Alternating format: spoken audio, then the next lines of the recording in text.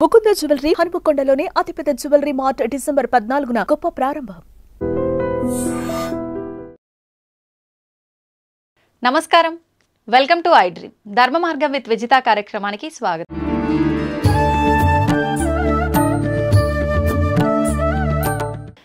స్వామీజీ, ఇప్పుడు ఈ తరం వాళ్ళలో చాలా వరకు ఆధ్యాత్మిక భావన కానీ దైవ చింతన కానీ చాలా వరకు తగ్గుముఖం పడుతుందని చెప్పాలి. ఒకవేళ ఎవరైనా పూజలు చేసినా భక్తిని ప్రదర్శించినా కూడా అది ఒక ఆడంబరం లాగా మనం ఎంత స్తోమతగా చేశాము అనే దానిపైన శ్రద్ధ ఉంటుంది తప్ప ఎంత భక్తితో చేశాము అనే దానిపైన శ్రద్ధ ఉండట్లేదు. నిజంగా అసలు ఎలా ఉండాలి ఈ ఆధ్యాత్మిక భావన అనేది? ఈ తరం వాళ్ళు ఆధ్యాత్మిక భావనలోకి మార్గంలోకి రావాలంటే మన నిత్యం చేసే విధి విధానాలన్నీ ఏ రకంగా ఉంటే బాగుంటుంది? ఈ మైకులు, ఈ కరెంటు లేనప్పుడు ఉన్న భక్తి వేరే, ఈ మైకులు వచ్చినాక వేరే.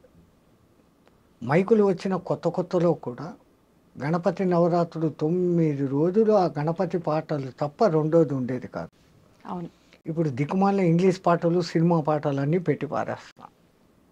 జాగరణం అని చేసే శివరాత్రి, జన్మకో శివరాత్రి అని చెప్పే శివరాత్రి, ఆ రాత్రి అంతా సినిమాలు చూస్తూ గడుపుతా ఉన్నారు. అవును. పెద్దవాళ్ళు పెట్టిన ఇంటెన్షన్ వేరే. జన్మకో శివరాత్రి అని ఎందుకన్నారు? ఈ శివరాత్రి అయిన మరుసదినమే నువ్వు ఉంటావో లేదో గ్యారంటీ లేదు. మళ్ళా ఇంకో శివరాత్రి చూస్తామనే దానికి ఛాన్స్ లేదు. అందుకని ప్రతి శివరాత్రిని ఈ జన్మకో శివరాత్రి అన్నట్టు చేసుకో. ఉదయం నుంచి ఆహారం తినకుండా ఉండి రాత్రంతా దైవనామ స్మరణతో గడుపుతూ మేలుకొని మరుసదినం 12 గంటలకు ఉద్వాసన. అట్లాగనే మన వాళ్ళు ఏకాదశి ఉపవాసాలు పెట్టించారు. అది వాళ్ళు ఎంత దూరపు ఆలోచన అంటే సంపూర్ణమైన సైన్స్ ఉంది. ఇప్పుడు ఒక జపాన్ శాస్త్రవేత్త 36 అవర్స్ ఫాస్టింగ్ అనే ఒక విధానాన్ని కనిపెట్టి నోబెల్ ప్రైజ్ తెచ్చుకున్నాడు. ఏకాదశి ఉపవాసం అదే కదా, ద్వాదశి ఉద్వాసన అంటాం. ఏమైతుంది? 36 అవర్స్. అంతే.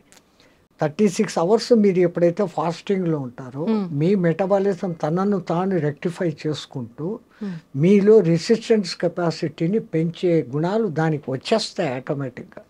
ఓకే. ఈ విషయం మన వాళ్ళు కనిపెట్టే పండుగలకు నువ్వు మధ్యలో ఈ ఉపవాసాలు ఉండు అన్నారు. ఇంకో అర్థం కూడా ఉంది.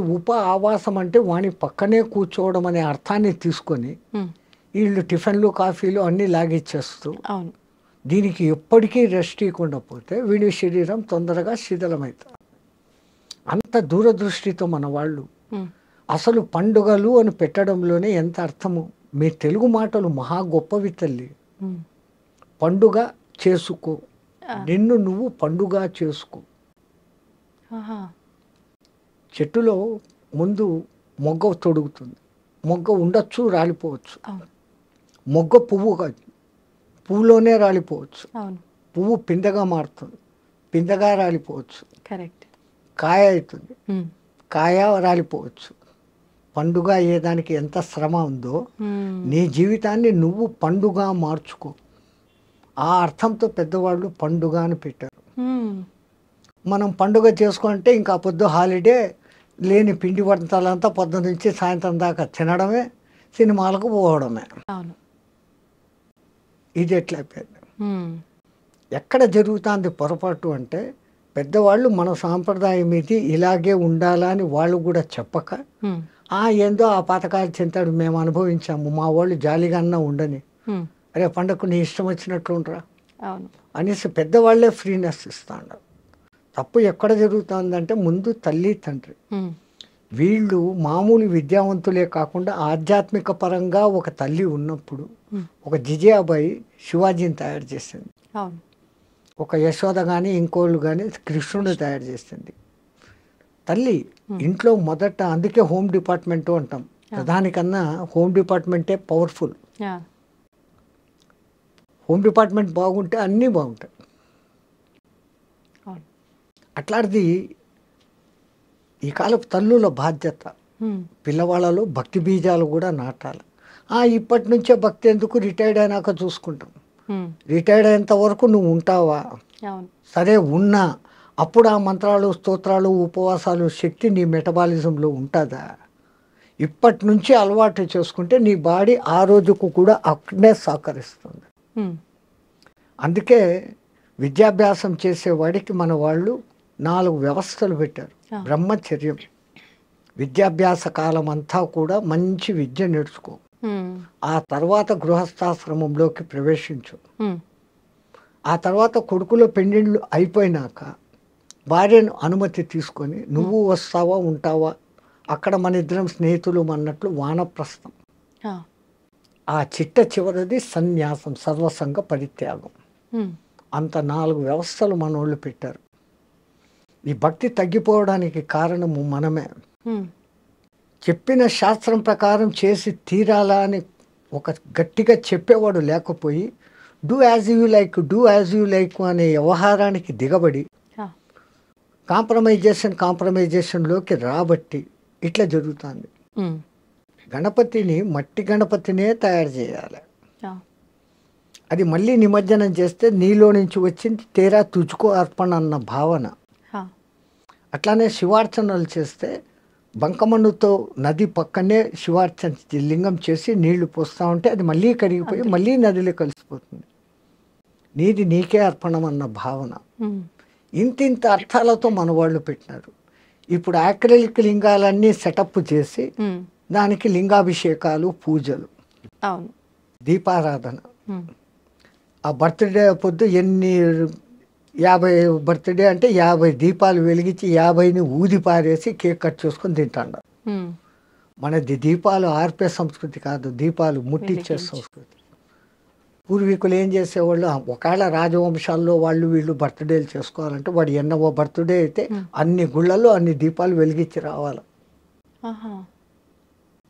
దీపం జ్యోతిపర బ్రహ్మ దీవెన సాధ్యతే సర్వస్వం దీపం సర్వతమోవహ అని దానికి చెప్తూ ఆ దీపం వెలిగించాలి. ఒకప్పుడు సూర్యభగవానుడు మునిగిపోతా అయ్యో నేను పోతా ఉండనే రాత్రి చీకటి అయిపోతే ఈ జనాలంతా ఏమవుతారు అనుకుంటే ఓ చిన్న దీపం చెప్పిందంట, డోంట్ వరీ డోంట్ బాదర్, నేనున్నాను, నువ్వు బోట్ రెస్ట్ తీసుకో, రేపు పొద్దున రానిందంట. ఇంత చిరు దీపం చాలు కదా ఈ గది అంతని వెలిగించేదానికి. ఆ దీపం వెలిగించుకునే దాంట్లో ఎంత అర్థం మనోళ్ళు పెట్టారు మీకు చెప్పే ఉంటాను, మళ్ళీ చెప్తాను. ఒక దేశంలో కొంచెము మంచి జ్ఞాని అయినా కానీ అప్పుడప్పుడు తిక్క ప్రశ్నలు వేసే రాజు ఒకడు ఉండేవాడంట. ఈ జనాలకందరికీ సభలో ఉండే వాళ్ళకు భయం, వీడు ఏ పొద్దు ఏ తిక్క ప్రశ్న వేస్తాడో, సమాధానం చెప్పకపోతే జైలు, కొరడా దెబ్బలు, రాజు ఏమనేకి లేదు. అట్లా బిక్కుమంటా అన్న ఒక దినము ఈయనకి తిక్క ప్రశ్నలు వేసే మూడు వచ్చింది. సభలో అందరూ జాగ్రత్తగా వినండి, నాకు 3 అనుమానాలు వచ్చాయి, దాన్ని తీర్చాల. వీళ్ళ గుండెల్లో రాయబడింది, వీడు ఏం అడగబోతాం, 3 ఒకటి కాదు, ఒకటి అడిగితేనే చెప్పలేము. అడగండి మహారాజా అన్నారు, ఇంకేం చేయలేక. దేవుడు ఎక్కడ ఉన్నాడు, దేవుడు ఎటువైపు చూస్తూ ఉంటాడు, నేను ఈ ప్రశ్న అడిగి మీరు సమాధానం చెప్పేటప్పుడు దేవుడు ఏమి చేస్తూ ఉంటాడు, ఈ 3టికి సమాధానాలు చెప్పండి. ఎవడు చెప్తాడు, పోయింది మన బతుకులు అయిపోయినాయి అనుకున్నాడు. అప్పుడు రాజు ఇట్లా ఏళ్ళు తిప్పి తన ఆస్థాన పండితుకు ఏళ్ళు చూపించాడు, నువ్వు చెప్పు అన్నాడు. వాడు ఇంకా పండితుడుగా తెలివైనడు. రాజా ఏమన్నా సామాన్య ప్రశ్నలా, అడగంగానే చెప్పేసేదానికి ఓ 2 రోజులు టైం అయింది, ఈ లోపల కూడా మర్చిపోతాడులే అనుకున్నాడు ఈయన. 2 రోజులు కాకపోతే 3 రోజులు టైం తీసుకో, 3వ రోజు నువ్వు చెప్పాల్సిందే. ఈయన అప్పుడు సభ అయిపోయింది, ఇంటికి వెళ్ళాడు, దిగులుగా కూర్చున్నాడు. ఆయనకు రోజు పాలు పోస్తే గొల్ల పిల్లవాడు ఒకడు, 12 ఏళ్ళ పిల్లవాడు, ఆయన వచ్చాడు, పాలు తీసుకున్నాడు. మహారాజా ఎప్పుడు దేదీప్యమానంగా మీ ముఖం వెలిగిపోతుంది, ఈ టైంకి మీరు 20 మందికి సత్సంగం చెప్పేవాళ్ళు, నేను పాలు పోసేసి బయట కూర్చొని వినేవాడిని, ఇప్పుడు ఎందుకు మీ ముఖం డల్గా ఉందని, ఏందో నా సమస్యలు లేరా పో అన్నా. అయ్యయ్యో నాతో చెప్పచ్చు కదా, రే మా రాజు ఉన్నాడా తిక్కలోడు, ఇట్లా 3 ప్రశ్నలు అడిగాడు, ఏం చెప్పి సవాలా, ఏంటి ఆ ప్రశ్నలు, నీకెందుకు రా, ఇన్ని రోజులు మీ సత్సంగం వింటాను స్వామి, ఏమో చెప్పండి అన్న. ఈ ప్రశ్నలు అడిగినట, దేవుడు ఎక్కడ ఉంటాడు, ఏ దిక్కు చూస్తూ ఉంటాడు, ఆయన ప్రశ్న అడిగి నేను సమాధానం చెప్పేటప్పుడు ఏం చేస్తుంటాడు, ఈ 3 చెప్పాలంటారా.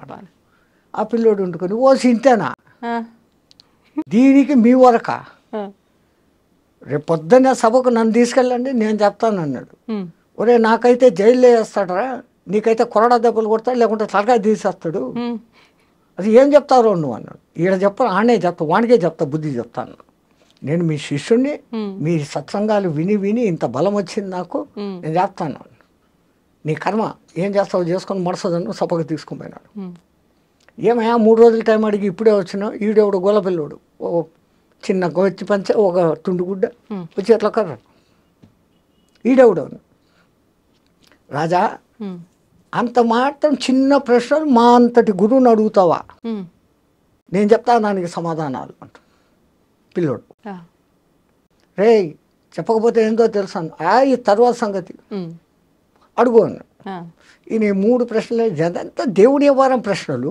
ఉమ్, మరి దేవుని ప్రశ్నలు అడిగేటప్పుడు ఇంత ఒక దీపం వెలిగాల, ఇంత ప్రసాదం పెట్టాలా, పాలన్నా పెట్టాలి కదయ్యా అన్నాడు. ఆ, అట్లనా ఉండండి అని తప్పెట్టు కొట్టాడు. రే ఒక మంచి నెయ్యి దీపం పట్టుకురండి, ఒక గిన్నెడు దోసెడు పాలు తీసుకురండి, ఉమ్, 2 ఆడబెట్టాడు. రే వచ్చిందిరా నైవేద్యము దీపం 2 వచ్చినాయి. ఇప్పుడు మళ్ళీ అడుగు ఏందో నీ ప్రశ్న. ఉమ్, దేవుడు ఎక్కడ ఉంటాడు అన్న. నీ ప్రశ్నకు సమాధానం చెప్తా కానీ నేను ఒక ప్రశ్న అడుగుతాను, దానికి సమాధానం చెప్పాను. నేను ప్రశ్న అడుగుతాను, నువ్వు ప్రశ్న అడుగుతావు ఏమరా, ఉమ్, చెప్పు అన్నాడు. నువ్వు పండితునివి కదా చెప్పు అన్నాడు. ఏందో అడుగు అన్నాడు. ఈ పాలలో నెయ్యి ఎక్కడుంది అన్నాడు. ఉమ్, అంటే నువ్వు గొల్లోనివి నీకు తెలియదా, దాన్ని ముందు పెరుగు చేయాలా, ఉమ్, ఆ పెరుగుని చిలకాల, వెన్న వస్తుంది, వెన్నను కరిగేయాల, నెయ్యి వస్తుంది. అంటే ఈ పాలలో నెయ్యి ఉంది కదా, ఉంది. ఉంది అన్న. ఏడుంది అన్నాడు. పాలంతా ఉందిరా అన్నాడు. అట్లే దేవుడు నెయ్యిలాగా పాలలాగా ఈ ప్రపంచం అంతా ఉన్నాడు. ఉమ్, దేవుడు ఎక్కడ ఉన్నాడు అనే దానికి సమాధానం చెప్పాడు. సమాధానం దొరికింది. ఉమ్, రాజుగారి బుర్ర పనిచేసింది. ఓ అమ్మో ఇడు ఎవడో తక్కువడు కాదు. ఇంకా రెండో దొడుతున్నాను దీనికి ఏం చెప్తాడు, ఆ, దేవుడు ఏ దిక్కు చూస్తున్నాడు రా. రాజా ఇప్పుడు వెలిగించినామే ఈ దీపం, దీని కాంతి ఏ దిక్కు పోతుందో చెప్పు అన్నాడు. ఉమ్, దీపపు కాంతి అన్ని దిక్కులా పోతుంది అన్నాడు. దేవుడు చూడని దిక్కు లేదు, అన్ని దిక్కులా చూస్తున్నాడు. బాబా బాబా. ఉమ్, ఇంకా ఈయనకి టెన్షన్ వచ్చేసింది. అంతే. అని ఇది ఎట్లా చెప్తాడు ఇప్పుడు, నేను ప్రశ్న అడిగేటప్పుడు నువ్వు ఏం చెప్తావో, నువ్వు సమాధానం చెప్పేటప్పుడు ఆయన ఏం చేస్తుంటాడో చెప్పాలా. మరి 3వ ప్రశ్న తెలుసు కదరా మళ్ళా చెప్పమంటావా అని. ఉమ్, అదే నాకు ఒక అనుమానం, నువ్వు ఇంత గొప్ప పండితునివి, ఉమ్, ఎక్కడైనా అడిగేవాడు కింద చెప్పేవాడు పైన ఉండాలి కదా, నీకు ఆ జ్ఞానం లేదా అన్నాడు. ఆ, అట్లనా అనేసి పీట వేసుకొని ఈయన కింద కూర్చొని రా సింహాసనం ఎక్కువ పైన కూర్చొని చెప్పు అన్నాడు. ఆ, ఈడు సింహాసనం మీద గొల్లోడు కూర్చున్నాడు. ఉమ్, ఇప్పుడు చెప్పు ఏందో ఆ ప్రశ్న అన్నాడు. ఉమ్, మళ్ళా అడుగుతావు ఏందిరా, నేను ఈ ప్రశ్న అడుగుతున్నప్పుడు నువ్వు సమాధానం చెప్పేటప్పుడు దేవుడు ఏం చేస్తున్నాడు, ఇదే చేస్తుంటాడు. గొల్లోని సింహాసనం ఎక్కించినాడు, రాజుని నేల మీద కూర్చోబెట్టినాడు. అసలు దాంట్లో మర్మం ఏమంటే, ఉమ్, చంచలమైన ఈ మనస్సులోకి గురుమంత్రం అనే పెరుగు వేసినప్పుడు ఉమ్, అది చంచలత్వం పోయి స్థిరమవుతుంది. ఓకే. ఆ స్థిరమైన స్థితిలో నీ తపన అనే కవ్వం వేసి చిలికినప్పుడు ఉమ్, అది వెన్నగా మారుతుంది. ఆ, ఈ తపన తపస్సుగా మారినప్పుడు ఆ వెన్న కరిగి నెయ్యి అవుతుంది. ఉమ్, ఈ నెయ్యి కరిగి ఇంకోటి అయ్యేది ఛాన్స్ లేదు. లేదు. బూడిద నెయ్యి 2 ఒకటే. ఉమ్, ఉమ్, బూడిదను మీరు ఎన్నిసార్లు కాల్చినా బూడిద. అది ఇంకో రూపు ధరించదు. నెయ్యిని ఇంకా ఎన్నిసార్లు కాల్చినా అది ఇంకో రూపు ధరించదు. ఉమ్, చివరికి నెయ్యిగా మారిపోవడం, ఒక స్థిరత్వాన్ని పొందడం. పాలలో స్థిరత్వం లేదు, అవును, అది పెరుగు అవుతుంది. అవును. పెరుగులో నుంచి వెన్న వస్తుంది. వెన్న కరిగి నెయ్యి అయినాక ఇంకేమీ లేదు. ఉమ్, అది దాని అర్థం. అట్లాగానే దీపం ఏ దిక్కు చూస్తుంది అన్నాను. అవును, అవును. అసలు ముందు దీపం ఏంటి, ఉమ్, చంచలమైన మనస్సుని స్థిరంగా పెట్టి దాంట్లో భక్తి అనే నూనె పోసి ఉమ్, గురువు ఇచ్చిన మంత్రం అనే ఒత్తి వేసి ఉమ్, నువ్వు తప్పించినప్పుడు ఆరణిలో మంటలాగా పుట్టి ఆ జ్యోతి వెలుగుతుంది. ఉమ్, అది మనలో పుట్టే జ్ఞానజ్యోతి. ఓకే. అందుకని మన పూర్వీకులు నీలో జ్ఞానజ్యోతి వెలగాలంటే ముందు భక్తి ఉండాలి. ఉమ్, ఆ భక్తిని ఈ విధంగా 9 విధ భక్తులు ఉన్నాయి, ఉమ్, ఇదేనైనా స్వీకరించు. ఈ నవవిధాలు కాకుంటే ఇంకా ఫైనల్ భక్తి ఇంకోటి ఉంది, వైరభక్తి, అంటే శత్రుత్వపు భక్తి. భగవంతుడి పైన కోపంతో వచ్చేదా స్వామీజీ? శత్రుత్వం. అసలు మనం దేవుణ్ణి 10 సార్లు తలుచుకుంటే శత్రువు 20 సార్లు తలుచుకుంటాడు. అవును. మీరు ఎవరికైనా 10 మంచి పనులు చేశారు, ఆ 10 మందిలో ఎవడో ఒక్కడు మిమ్మల్ని తలుచుకుంటాడు. అదే మీ మీద కోపం ఉండేవాడు మీ ఎదురు కనపడినప్పుడు అంతా లేదు, మీ ఫ్రెండ్ ఎవడైనా కనపడితే కూడా వాడు అట్ట చేశాడు, వాడిని పోతున్నాడు రోడ్డు మీద, వాడు అట్ట చేశాడు, వాడి పేరు 100 సార్లు చదువుతాడు. హిరణ్యకశిపుడు అంతే, ఎక్కడున్నాడ్రా హరి, ఎక్కడున్నాడ్రా హరి, ఈ ప్రహ్లాదుడు చెప్పిన దానికన్నా 100 సార్లు ఎక్కువ వాడు చెప్పాడు, వాడికి మోక్షం వచ్చింది. అనన్య భావంతో భగవత్ చింతనం, ప్రతిఫలాక్ష లేపకుండా దేవుని చింతనం అంతవరకే చేయాలి. కానీ లాభాల కోసము ఫలితాల కోసము మనం దేవుణ్ణి చింతన చేస్తాను. గుడికి పోయినా మనం చేసే పని ఇదే. భక్తిభావం జనాల్లో ఉండాలా అని గుడి అనే వ్యవస్థ, గుడి కాదు దాని పేరు ఆలయం, అందులో లయం అన్న పేరు పెట్టారు. ఆలయం. ఆ ఆలయ నిర్మాణం ఎట్లుండేది? పెద్ద గాలిగోపురం ఉండేది, లోపలికి వచ్చినాక బలిపీఠం ఉండేది, ధ్వజస్తంభం ఉండేది, ఆ తర్వాత సంగీత మండపం ఉండేది, దాని తర్వాత నృత్య మండపం ఉండేది, ఆ తర్వాత దర్శన మండపం ఉండేది, ఆ తర్వాత గర్భగృహం అనేది ఉండేది. ఆ గర్భగృహంలో చీకటి ఉండేది, ఒక చిన్న దీపం, దేవుడు కనపడకుండా ఉంటాడు. మనం పోతే పూజారి కర్పూర్ సే ఉస్కో కర్పూరంతో హారతి ఇచ్చినప్పుడు ఆ పైనుంచి ఆ పబ, ఆ దివ్యమంగళ రూపము, ధరించిన ఆయుధాలు, కాళ్ళు అన్నీ చూపించుకొని ఆ చూసిన దాన్ని అంతా కళ్ళ నిండుగా చూసి అక్కడ మళ్ళీ పైన ధ్యాన మండపం అని ఉంటుంది, అక్కడ కాసేపు కూర్చొని ధ్యానించుకో, నువ్వు చూసిన దాన్ని ధ్యానించుకొని మన పెద్దోళ్ళు ఇంత గొప్ప వ్యవస్థ పెట్టినారు. అంటే భగవంతుని దర్శనం తర్వాత కాసేపు గుళ్ళో కూర్చోవాలి అనడానికి అర్థం ఇదేనా స్వామీజీ? నువ్వు కన్నారా ఏమి చూసినావు, ఏ ఆయుధాలకు ఏ అర్థము, ఎందుకు ఆమె ఆయుధాలు ధరించింది, ఆమె అతడు ఆయన. విష్ణువు అయితే శంకు చక్రాలు ఉంటాయి, ప్రధానంగా ముందు ఆ 2 కనపడతాయి. శం ఖం, శుభకరమైన ఆకాశం, ఖం అంటే ఆకాశం, శం అంటే శుభకరం, ఖం అంటే ఆకాశం, మంచి ఆకాశం. ఆ భావనతో నువ్వు చూసినప్పుడు ఆ దేవుని యొక్క సుదర్శనం, మంచి దర్శనం అవుతుంది. సుదర్శనం చక్రం కాదు, సుదర్శనం. అందుకే గజేంద్ర మోక్షంలో కలడు వాడు కలడు లేడు అని ముందు మొత్తుకొని ఆ తర్వాత ప్రాణములు ఠావులు తప్పే నువ్వును తప్ప ఇహపరంబులను ఎరంగని కావవే వరద అని అడిగినప్పుడు ఆ కరి మొద ఆలకించి ముందు ఆయన పంపింది ఏంది? సుదర్శనం. దానికి ముందు వీనికి దుష్ట దర్శనం, నేను ఆ భార్యలు చూస్తుండారు, నేను రాజును, డామ్ డూమ్ అని ఎగిరినాడు. సుదర్శనమైనప్పుడు జరిగింది, దాని పేరు సుదర్శనం. అట్లాంటి భావనతో నువ్వు చూసి ఆ భావనలన్నీ అనుకొని అక్కడ కూర్చోరాలి, ఇంత గొప్ప వ్యవస్థ పెట్టారు. మనమంతా ఆలయాలకు పోతుండం. అన్నిటికన్నా మన పెద్దోళ్ళు చెప్పింది ఆలయం బయటనే చెప్పులు వదిలిపో. ఆ చెప్పులు వదలడంలో వాళ్ళ అర్థం ఏంటి?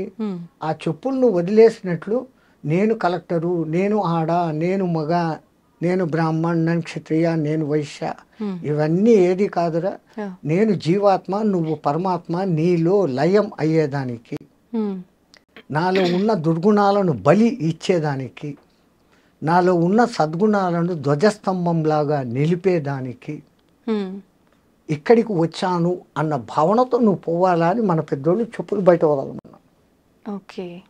ఇన్ని అర్థాలతో పెడితే మనం ఏం చేస్తున్నాం? చెప్పులేమో బయట వదులుతున్నాం. చెప్పారు కదా పెద్దోళ్ళు, చెప్పులు బయట వదులుతాం.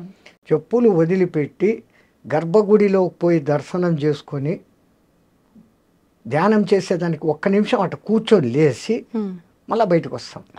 ఇంత చేసే ఈ టైంలో మనకు తెలియకుండానే ఒక కొత్త మంత్రం చెప్పిస్తాం. అది ఎవడూ చెప్పడు, ఆ మంత్రం మనకే వచ్చేస్తుంది. ఏంటి స్వామిజీ? బయట వదిలిన చెప్పులు ఉంటాయో పోయి కొత్త చెప్పులు మననే కొనుక్కున్నా, అదే కదా ఈ తిప్పలే. అవును. మళ్ళా వాడు అక్కడ 2 రూపాయలు అడుగుతాడే అని ఆడి ఇచ్చాం. అవును. ఎన్నో గుర్తుగా బండ కింద చెట్టు కింద దాపెడతాం. ఆ దిక్మాల ₹2 వానికి కూడా ఇచ్చేది బుద్ధిలే. అవును. ఇంత ఈ బుద్ధులు పెట్టుకుని వాడి దగ్గరికి పోయి మళ్ళీ ఆడ వాడిని రికమెండేషన్లు అడగడాలు. మా మొగునికి ప్రమోషన్ 3 ర్యాంకుల ప్రమోషన్ వస్తే 3 టెంకాయలు కొడతా. కొంపదీసి 2 ర్యాంకులు వచ్చినాయి అనుకో, 2 టెంకాయలు. 1 ర్యాంకు వచ్చింది అనుకో, 1 టెంకాయ. ర్యాంకు రాలేదు అనుకో, అసలు టెంకాయ కొట్టం. ఈ డిమాండ్ చేయడం అనేది కరెక్టే అంటారా స్వామీజీ? మనమంతా ఒక ₹10 టెంకాయ కొట్టేసి 50 లక్షలు మారుతి కారు ఇంటి దగ్గర ఉండాలని కోరుకునే రకాలు. అవును. వానికి ఎప్పుడు ఇవ్వాలా, ఎక్కడ ఇవ్వాలా, ఎంత ఇవ్వాలా, ఎప్పుడు ఇవ్వాలా, నీ కర్మను బట్టి ఏది ఎప్పుడు రావాలా ఖచ్చితంగా తెలుసు. వాడు ఇచ్చేది ఇస్తాడు. అడిగితే దొరికేది ఇంతేనమ్మా, అడగకుంటే ఇంత దొరుకుతుంది. ఎవరో ఒక గురువు గారు ఒక ఊరికి వెళ్తూ పర్సు పోగొట్టేసుకున్నారు. ఈ ఊర్లో ఎవరిని అడగాల? ఆయన గొప్ప గురువు, పేరు ప్రతిష్టలు ఉన్నాయి, మానం ఉంది, అభిమానం ఉంది. ఎవడైనా నా ఒక శిష్యుడు కనపడితే వాడిని అడగవచ్చు, అర్హుడు కదా అనుకొని చూస్తా పోతున్నాడు. ఆయనకు దూరంలో నిజంగానే ఆయన శిష్యుడు ఒకడు కనపడ్డాడు. అయ్యో మా గురువుగారు వస్తా ఉండారు, ఆయనకి ఏదైనా దక్షిణ ఇస్తే బాగుంటుంది అని ఆయన దగ్గర ఉన్న పెద్ద నోట్ల కట్టల్లో నుంచి 10 ₹100 తీసి పక్కన పెట్టి పై జోబులో పెట్టుకున్నాడు రెడీగా. ఆయన ఎదురు వస్తున్నాడు, ఈయన వస్తున్నాడు. గురుగారు నమస్కారం. నాయన చిరంజీవ, అరే నాయన ఒక చిన్న సమస్య వచ్చిందిరా, నేను పక్క ఊరికి పోతే మా ఊరు ₹100 టికెట్కు డబ్బులు కావాలరా. వీడు అడిగినాడు కాబట్టి వాడు 1000 ఇదలుచుకున్నాడు, ఆ 1000లో నుంచి 100 తీసిస్తాడు. వీడు అడగకున్నానంటే అవి ఇచ్చేవాడు. భగవాన్ కభీ వహీ హోతా హై, దేవునికి కూడా అదే ఉంటుంది. కానీ పెద్దలు ఒక సామెత చెప్తారు కదా స్వామీజీ, అడగంది అమ్మాయిన అన్నం పెట్టదు కదా. అది అమ్మే కాదు, ఆకలిరిగి టయానికి అన్నం పెట్టేది నిజమైన అమ్మ. ఏ అమ్మైనా కానీ అంతే. పిల్లోడు ఆడుకుంటుంటాడు, వాడు తినే టైం అయిందని చెప్పి రా అని లాక్కొని వచ్చి కుక్కేస్తుంది.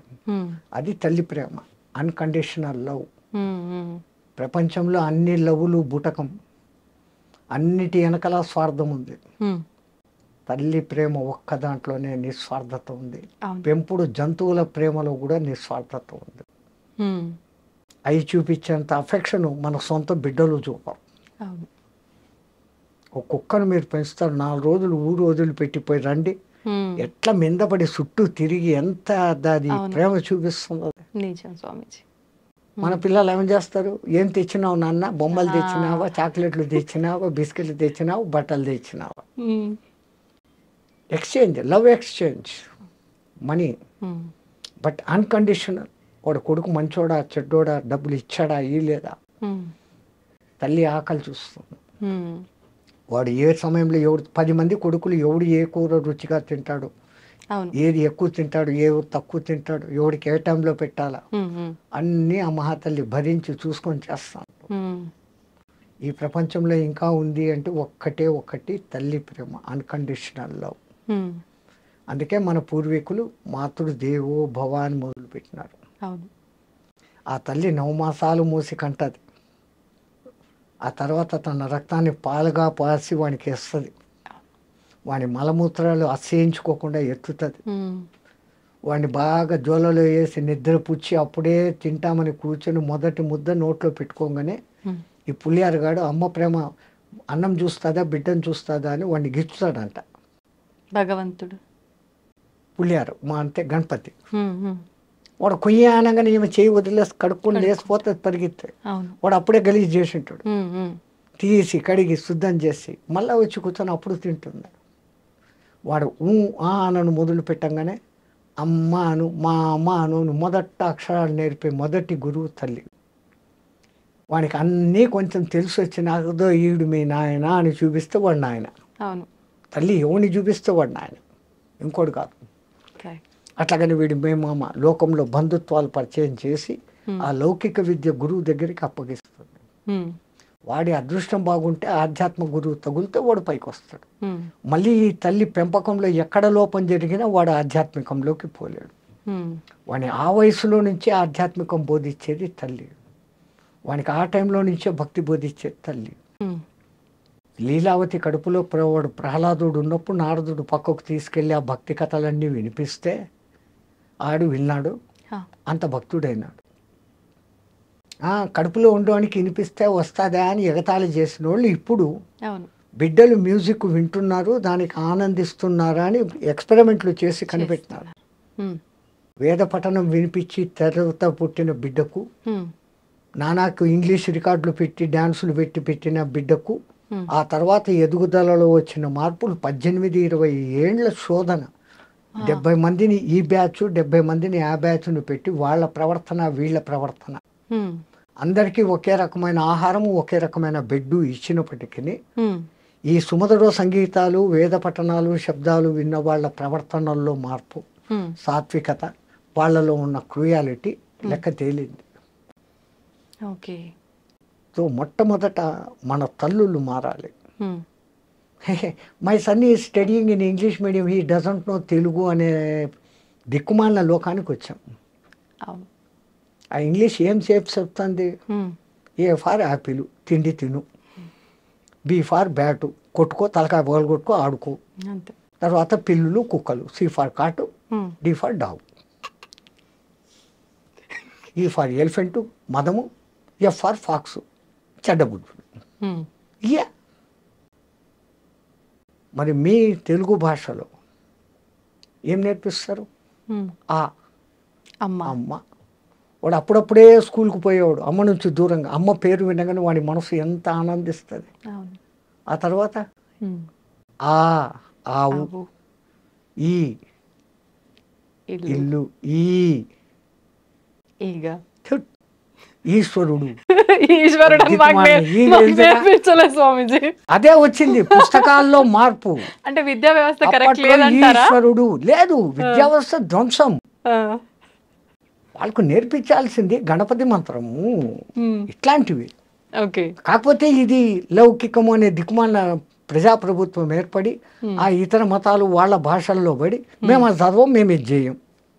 వందే మాత్రం పాడేదానికే పెద్ద యుద్ధం చేస్తుంటారు. జనగణమన పాడమంటే అది మేము పాడమంటూ ఉంటారు. ఇక్కడ ఇది మత వ్యవస్థ కాదు, నీకు సరైన విద్య. జనగణమన మన దేశంలో ఉన్న అన్ని రాష్ట్రాల పేర్లు కలిసి వచ్చేటట్లుగా పెట్టి అటువంటి భారతమాత బిడ్డను నేను అని చెప్పుకునేదానికి ఉంది అది జనగణమన. అసలు మనకు జాతీయ గీతం వందే మాత్రం కావాల్సిందే, జనగణమన వేసి వచ్చింది. అక్కడనే దిక్మాల రాజకీయాలు, భ్రష్టమైందంతా అక్కడి నుంచే. దానికి ముందు ఇంగ్లీష్ వాడు ఉన్నప్పుడు ఇంతో అంతో బాగానే ఉండేవాడు. గురుకులాలను ధ్వంసమేం చేయలే. ఇంగ్లీషు ముందు జాస్తి తీసుకురావాలి, వాని అవసరం. నీకు ఉద్యోగం రావాలంటే ఇంగ్లీష్ నేర్చుకో అని చెప్తున్నాడు వాడు. ఈ ఉద్యోగాల కోసం వాడి దగ్గర చచ్చినట్టు ఇంగ్లీష్ నేర్చుకున్నాడు. వేదం చదవద్దు అని వాడు కమెంట్ చేయలేదు. వాడు బండి కింద నీళ్లు, అదేమంటారు, చాప కింద నీళ్లు లాగా ఏం అనకుండానే ధ్వంసం చేసేసినాడు. డబ్బు ఆశ చూపించి మనం దానికి పడిపోయినాం. కానీ అంటే ఆలోచిస్తే ఒక రకంగా ఇప్పుడు శాస్త్రాలు వేదాలు పురాణాలు తెలుసుకుంటే మనకు ఒక మంచి జ్ఞానం వస్తుంది. కానీ ఇప్పుడున్న పరిస్థితుల్లో ఉద్యోగము మన అవసరాలకు నేను చెప్తున్నాను, పొట్టకూటికి ఇంగ్లీష్ నేర్చుకోండి, మీ భాషను మర్చిపోకండి. అసలు అవమానకరమైన విషయం ఏంటమ్మా, ఎవడైనా ఇంకో దేశస్థుడు వచ్చి నీ దేశ భాష ఏదే నన్ను అడిగితే నేను సిగ్గుతో తల వంచుకోవాలి. నా తెలుగు, నా తమిళ్, నా కన్నడం, నా మరాఠీ, నా కేరళ, నా మలయాళం, నా బెంగాలీ, నా అస్సామీ, ఎవడు ఇదే అంటున్నాడే తప్ప నా దేశ భాష అని చెప్పుకునేకి లేదు. అంతటి మహత్తరమైన సంస్కృతము మనం మర్చిపోయినాం. కంపల్సరీ మస్ట్ అండ్ షుడ్ సంస్కృతం నేర్చుకోవాలి. కష్టము అనుకున్నాను. ఆ సంస్కృతానికి బిడ్డ హిందీ.